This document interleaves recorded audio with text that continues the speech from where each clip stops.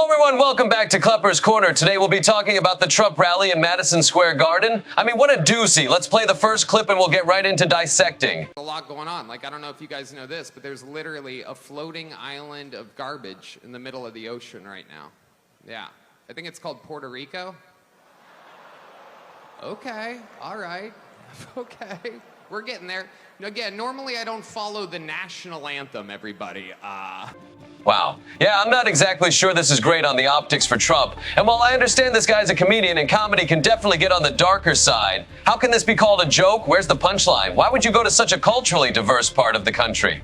Where many Puerto Ricans live and say something like this? Puerto Rico is a part of the United States, they are Americans, and Puerto Rico itself is vastly underrepresented in our country. Puerto Rico doesn't have a say in the presidential election. They don't have any representatives. They don't have senators, and Republicans are directly against giving Puerto Rico statehood. But one thing is for certain, there are Puerto Ricans living on the mainlands of the U.S., especially in swing states, and I can only imagine that they won't take kindly to this. That's not even the half of it. Let's roll on to the next clip from the same speaker. All right. Heck yeah. It's a cool black guy with a thing on his head. What the hell is that? A lampshade? Look at this guy. Oh my goodness. Wow. I'm just kidding. That's one of my buddies. He had a Halloween party last night. We had fun. We carved watermelons together. It was awesome. I'm at a loss for words, but I think George Carlin said it best when talking about these types of comics. Roll the clip. I would defend to the death his right to do everything he does. The thing that I find unusual, and it's not a criticism so much, but his targets are underdogs. And comedy traditionally has picked on people in power, people who abuse their power. Women and gays and immigrants are kind of, to my way of thinking, underdogs. And, he ought to be careful because he's Jewish.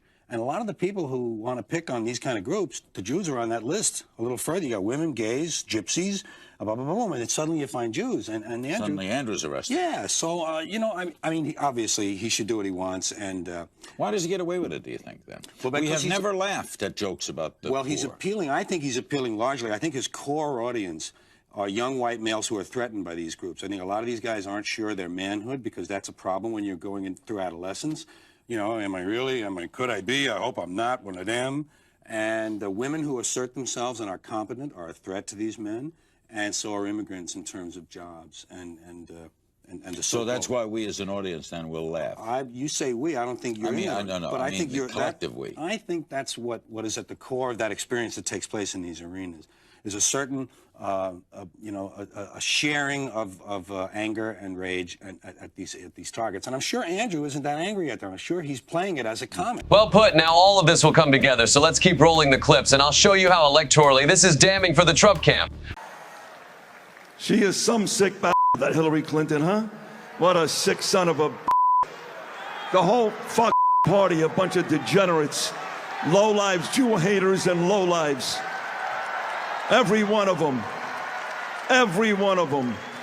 Remember when the media ran rampant about Hillary calling Trump supporters a, quote, basket of deplorables? All of these speeches were vetted by the Trump campaign. They were loaded onto teleprompters and given the go-ahead. So if we constantly hear about lowering the temperature, then why are speakers at Trump rallies allowed to say such hateful and vitriolic language? Here's another example.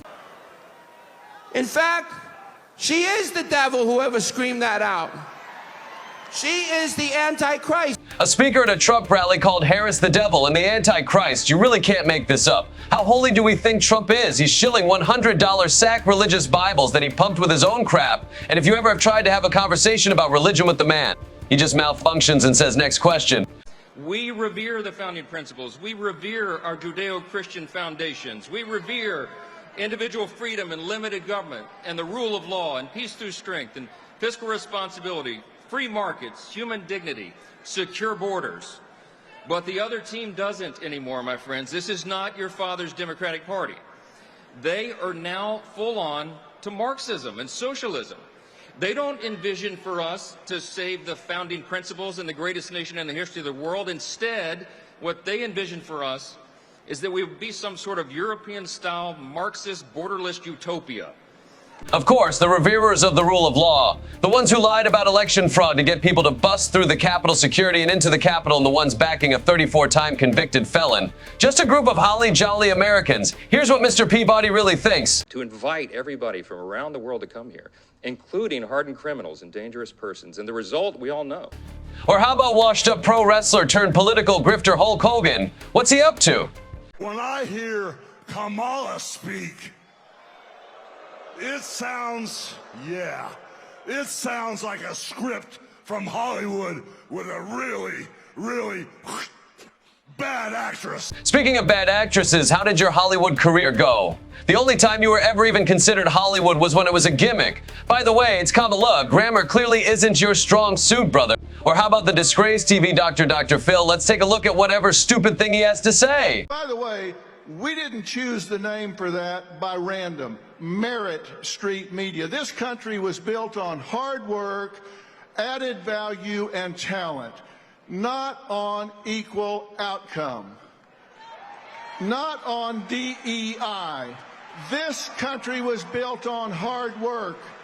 The MAGA morons had a little difficulty in their understanding what he meant, so he had to throw in the buzzword, Dr. Phil. If it weren't for a black woman, you wouldn't even have a morsel of the success you have now. Dr. Phil is DI for fake TV doctors. Where's Dr. Oz at? All right, now let's see what Tucker Carlson has to say. Rally in Madison Square Garden. I mean, what? That's totally normal.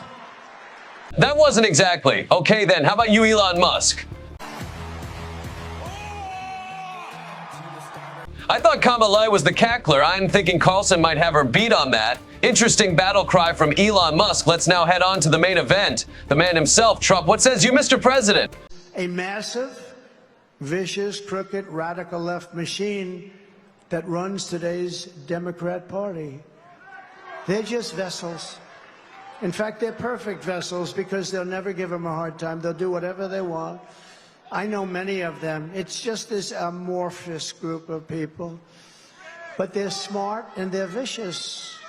And we have to defeat them. And when I say the enemy from within, the other side goes crazy, becomes a sound. Oh, how can he say? No, they've done very bad things to this country. They are indeed the enemy from within. And the enemy within, a line he's used multiple times now, and one that has really raised some eyebrows. Not exactly comforting language from the former president, but he goes on to say. And I think with our little secret, we're going to do really well with the House, right? Our little secret is having a big impact. He and I have a secret. We'll tell you what it is when the race is over. Ooh, a secret? Oh boy, I wonder what he could be talking about. Hopefully nothing illegal or damaging to the foundation of our constitutional republic. I sure hope. And here's one more remark from the former president. One thing I have been, even the enemy, because they are the enemy, what they've said, even that enemy too, and they're really the enemy. They're the enemy of the people, the press. So, on an enemy, I'll make this quick. I gotta pack my bags. The rhetoric shown in this rally is not what the median voter wants to see. Borderline racist remarks and openly threatening the press is not exactly the way you're going to gain the independent vote. Moreover, Puerto Ricans are all over the country, and especially in swing states, even if you believe that what was said was a joke, and I've already shared my stance on that. A large portion of those voters won't take kindly to platforming remarks like that. It's divisive and counterproductive. All of that to say, we are days away from the election. Go do your civic duty and vote. This election, according to recent polling, will be a close one, so your vote really matters. I'm Jordan Klepper. This was Klepper's Corner. Thank you all. Have a good one, folks. No, not just yet. Some things happened. Let's quickly go over them. First up, when asked about the MSG rally, Donald Trump stated, "We have a coalition. Nobody's ever seen anything like, I don't think anybody has ever seen anything like what happened the other night at Madison Square Garden. The love in that room, it was breathtaking, and you could have filled it many, many times with the people that were unable to get in. But politicians that have been doing this for a long time, 30 and 40 years, said there's never been an event so beautiful. It was like a love fest, an absolute love fest, and it was my honor to be involved. And hopefully, you know, they started to say, well, in 1939, the Nazis used Madison Square Garden. Well, and you know what? But can you imagine it? 1939, the Nazi, they would. But how terrible to say, right? Because, you know, they've used Madison Square Garden many times. Many people have used it, but nobody's ever had a crowd like that. And I tell you what, right now, nobody's ever had love like that. That was love in the room, and it was love for our country. It was really love for... Yes, what a lovely day it was. People calling a literal territory of the country a pile of garbage. The other side degenerates and stating that their candidate is the Antichrist. What else do we have here? Again, I haven't seen the joke.